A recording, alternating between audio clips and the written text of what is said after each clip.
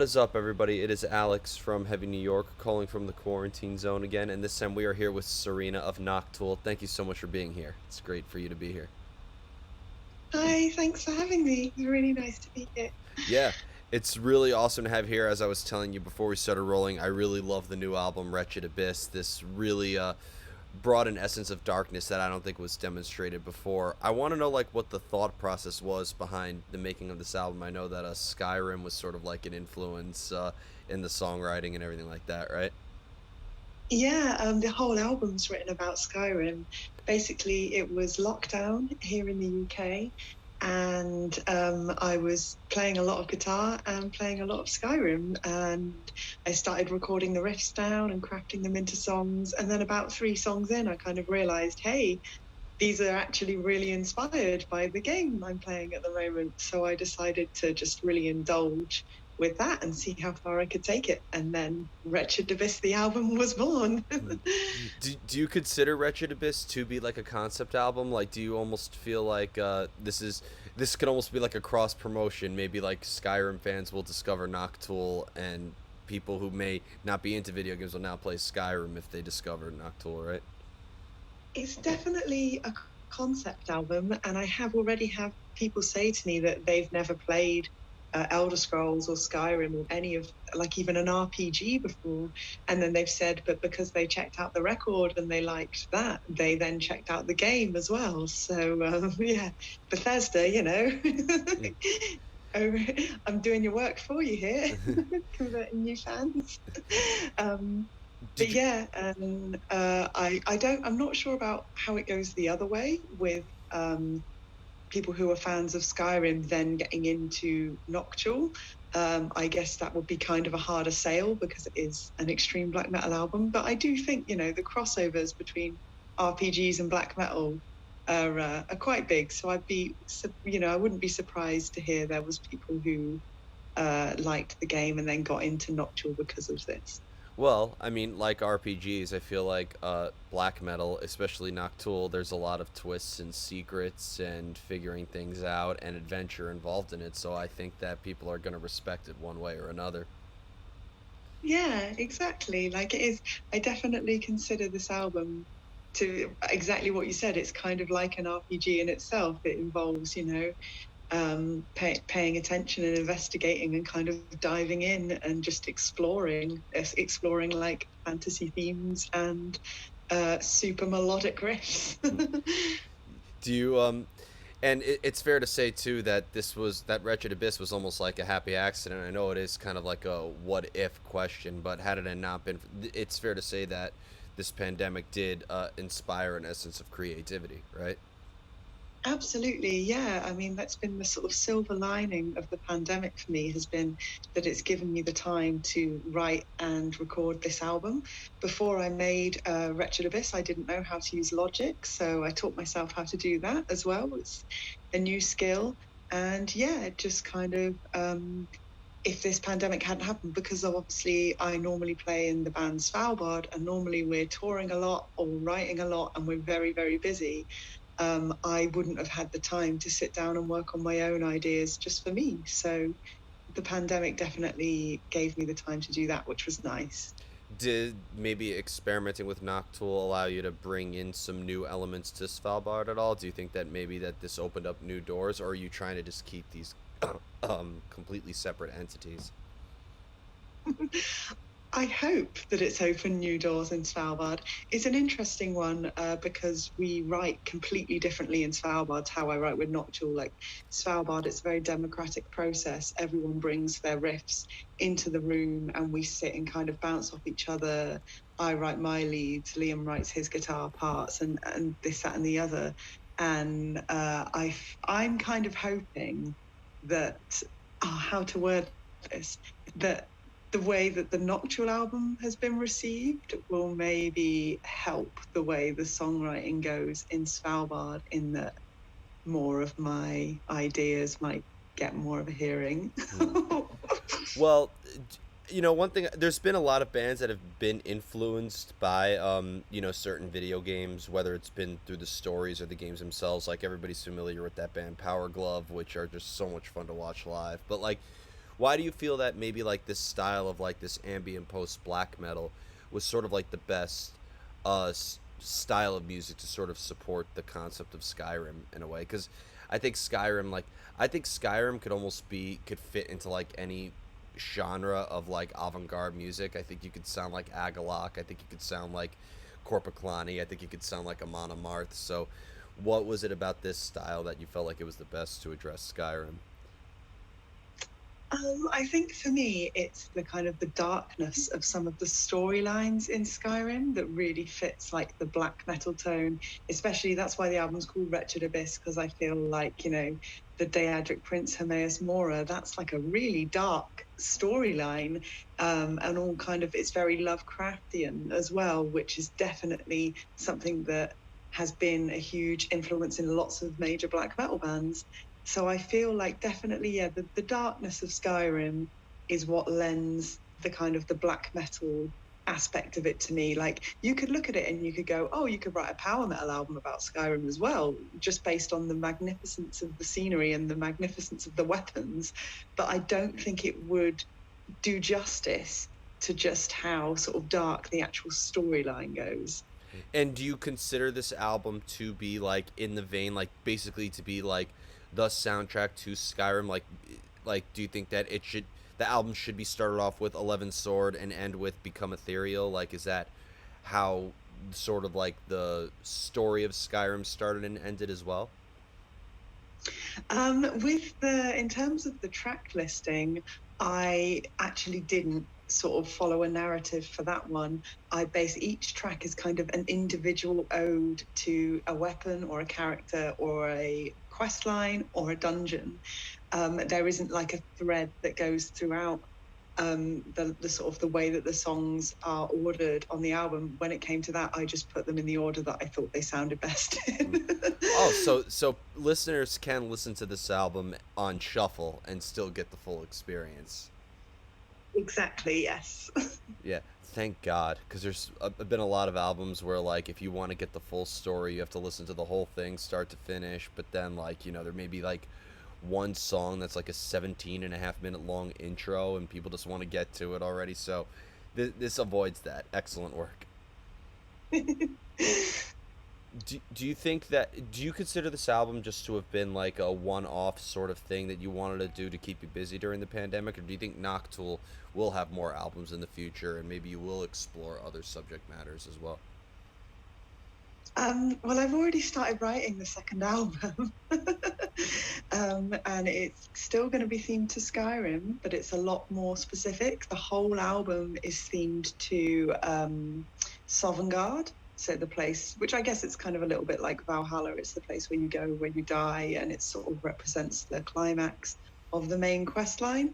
And when you go there, obviously it's really beautiful scenery, and there's a lot of choral music, which is quite different from the rest of the original soundtrack, which is very kind of orchestral and stuff.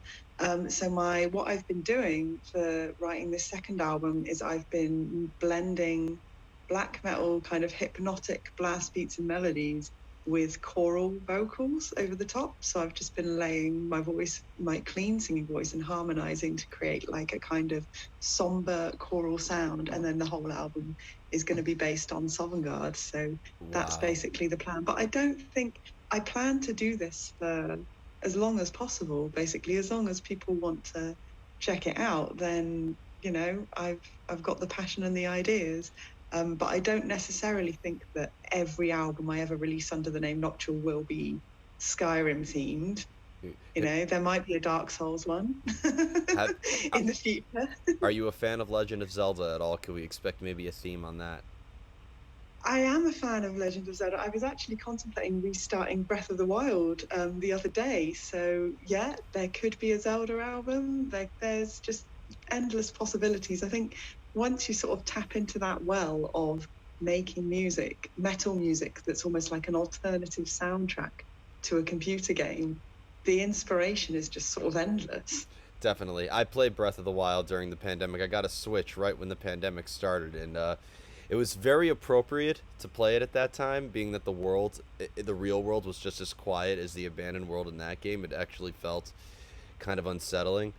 Like everybody got Yeah. Breath of the Wild in 2017, but I like to think that I got my copy of Breath of the Wild at the perfect time. Yes, yes, that does sound like a good time to start playing it. Yeah.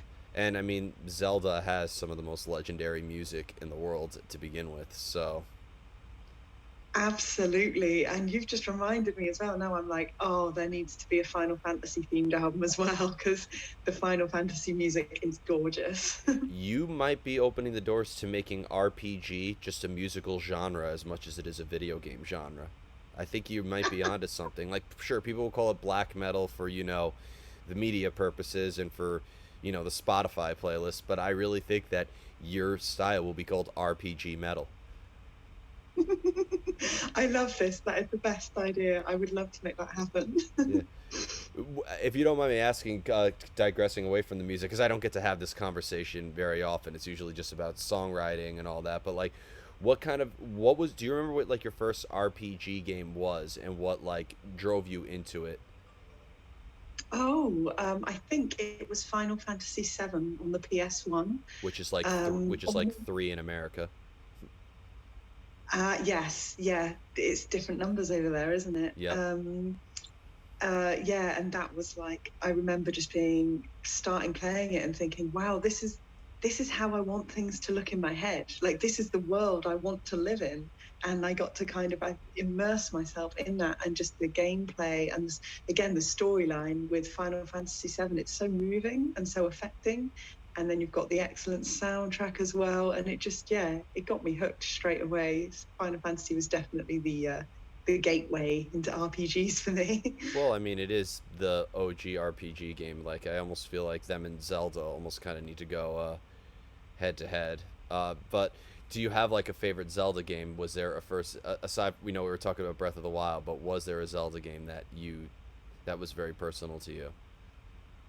Well, it's funny you say this because I did. And now that you say that, I go, well, I was actually playing Ocarina of Time on the N64, maybe a couple of years after it came out. So maybe that was my first RPG. It just didn't, I mean, it was a toss up between that and Final Fantasy VII, but Ocarina of Time, that game is so nostalgic for me. Like, it just takes me back to, happy childhood memories. And it's such, I mean, I don't think there's a bad Zelda game out there, but I'd probably say Breath of the Wild is my favorite. But Ocarina of Time holds a really special place in my heart. Yeah, I was 5 years old when Ocarina of Time came out, so that was not only my first RPG, it was one of my first video games. I actually have the original copy with the Fire Temple music that got banned. Oh my God, that's amazing. Yeah, Whoa. yeah, you should look that up. Originally the Fire Temple had music from an Islamic prayer in it, but they took that out of the copies because they didn't want to have that in a setting that looks so much like hell. So Ah, that's really interesting. Yeah, I'm gonna have to read up on that. I didn't know. and when you kill Ganon in the end, there's red blood instead of green blood. Oh God, yeah. Wow, okay. So You got the grim edition. yeah, but Twilight Princess is always going to be my favorite Zelda game. That's always going to be what I consider to be the best Zelda game. Oh, Yeah. why is that? I mean, for one thing, just the dark imagery behind it. I just loved how it sort of cut the bullshit behind it. I thought there was no two dungeons in that game that looked alike. The puzzle solving was Yeah. superb. I thought Midna was the best companion you could ever have in an RPG adventure. I loved the wolf form, which many people watching this will probably disagree with me on, but I don't know, Twilight Princess is, and the music, it's some of the best Zelda music ever. Yeah. Oh, you're making me want to replay Twilight Princess now. I mean, yeah, and I mean, at the time I had the Wii, I definitely gave myself carpal tunnel, but it was definitely worth it. Yeah. Yeah. Now, and what I've always found fascinating about RPGs is that not every RPG game is the same. Like, there's RPG games that are more oriented, like in futuristic settings. There's more Middle Ages style RPG games. It almost seems like it takes place in every setting. Oh yeah, like that's the whole thing with RPGs.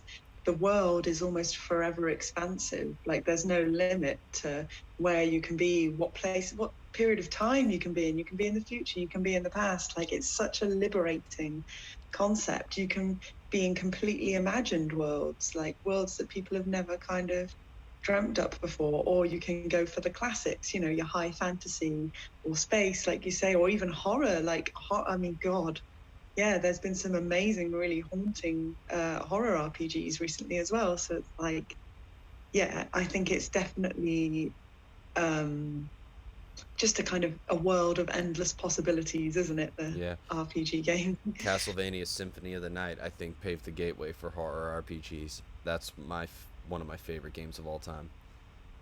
Yeah, definitely. I agree with you there. Yeah. So is anybody else in Svalbard into video games at all, or are you the more video game oriented? Is there maybe a chance you could convince Svalbard to bring in some video game elements into it? um, our drummer likes the sort of the rock star games like Red Dead and Grand Theft Auto and that kind of thing, which isn't so much my cup of tea. But he does, he does play a few games like that. And then Liam, the other guitarist, he's not into it at all. So I think it would take a bit of convincing. You gotta convince them. I consider Grand Theft Auto to be like an RPG game for very angry people. Yes, I know exactly what you mean. Yeah, like people who want adventure but don't want to figure out puzzles, so they'll just shoot everything in sight. Like that's Grand Theft Auto. Definitely. And the final question I wanted to ask you is Noctule having its, Skyrim themes and even just video game themes in general, but is there also maybe any vestige of your personal life or your personal experiences explored on this album as well, or is Noctule just a complete escape from who you personally are? There's references to personal experiences in the music, but not in the words. So it's more of a kind of actual, I would say, like, if people want to know who I really am, that Noctule album reflects so much of that musically, more than any other music I've ever created.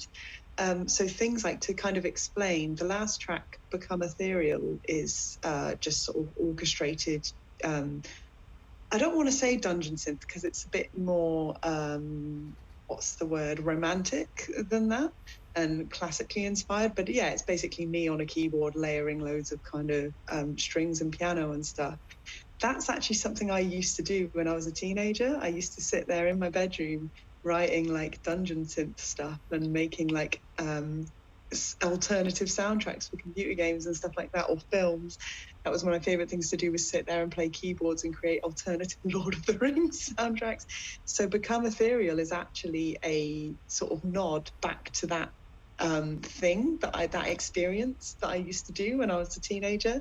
And similarly with the guitar leads, like a large part, when I was a teenager, I started my own black metal band, and I recorded a couple of like really bad demos.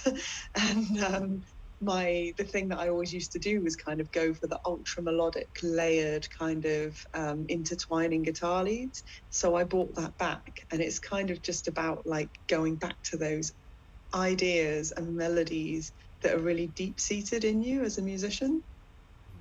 Well, it's funny that you mentioned to like the movie soundtracks and stuff. Are you like into artists like Two Steps from Hell as well, or Immediate, or Thomas Bergeson? Like Thomas Bergeson, I think, is one of the greatest movie composers ever, and of course you can't neglect Hans Zimmer either. No, absolutely not. Yeah, it's just all fantastic. Like that is my main. That's what I listen to when I'm at home. Is just usually movie soundtracks or gaming soundtracks, or because I'm a massive theme park nerd, I listen to soundtracks from theme parks as well. Awesome. I'm terrified of roller coasters and Ferris wheels, but but like, see, I've always thought that drama movies always have like the most like emotionally sad soundtracks. Like, actually, I'm gonna get so much shit for this on YouTube. I probably just earned myself a couple dislikes. I think one of my favorite movies of all time is The Butterfly Effect, and Okay. the background music in that, you could find it on YouTube, is so chilling and so emotional. Like, there's something about that depressive movie nature, like where it almost feels like you listen to that soundtrack, you really feel like that you're interacting with those characters. Definitely, yeah. I know exactly what you mean. It's been a while since I watched The Butterfly Effect, but I'm gonna have to like look for this soundtrack and check it out. Yeah, and see what you mean. But like, the one for me is at the moment is during lockdown when I was really bored, I decided to watch all of the Star Wars films in order of, narrative. So starting with the prequels and whatnot. And obviously, the prequels are kind of famed for being bad movies, which they sort of are. But John Williams's soundtrack on the episode one, Phantom Menace, is amazing, and like the love theme for Anakin and Padme is one of the most beautiful scores of music I've ever heard. It's like hopeful, but really sad at the same time, which is something that's really hard to pull off. Yeah. So yeah, like that's the big soundtrack for me at the moment. Yeah, I think a lot of bad movies have great soundtracks, and I think the reason why is because the budget went into the entire soundtrack and just not into the rest of the film. I'm starting to think that that's the case with it. But That's fine by me. yeah, That's but a trade-off I'm good with. if you could do a collaboration with Thomas Bergeson, that I think will be one of the greatest albums. Like combine Noctule with Two Steps from Hell. That would be a dream come true for me. Yes, any sort of collaboration like that would just be, amazing. I would love to just absolutely get stuck in with creating with someone like that. You have me buying first in line to buy the vinyl if that happens. Um, so before we go, I want to thank you so much for your time today and for such a great conversation. Is there just anything else that you would like to promote? Do you think that maybe Noctule could be a live show? I could really see like a great live presence, maybe like with you in a show with like Sylvain or something like that. I think that would be like an interesting live show. But can we is there anything else you would like to promote with Noctule or Svalbard? Yeah, with Noctule, we are. I have built a live band, and our first show is with Emperor in May 2022 at London Incineration Festival. And I've already been getting really into planning for the Noctule stage show, because obviously Svalbard's quite serious and political. Noctule's going to be the opposite. And there's going to be snow machines, there's going to be Skyrim outfits, there's going to be NPC talk in between songs. A tour with It's going to be a show with Emperor. That is one hell of a debut performance. Like, yeah, a collaboration with Isan could also be a really good idea as well. Yes, I would absolutely love to make that happen. And yeah, I'm really, really looking forward to that show. And hopefully we'll be able to play some more as soon as things start to, ease up a bit in terms of the restrictions. And then in terms of Svalbard, we've got a UK tour in November. And then we're touring with Cult of Luna and Alcest in February next year. So that's really exciting as well. Awesome.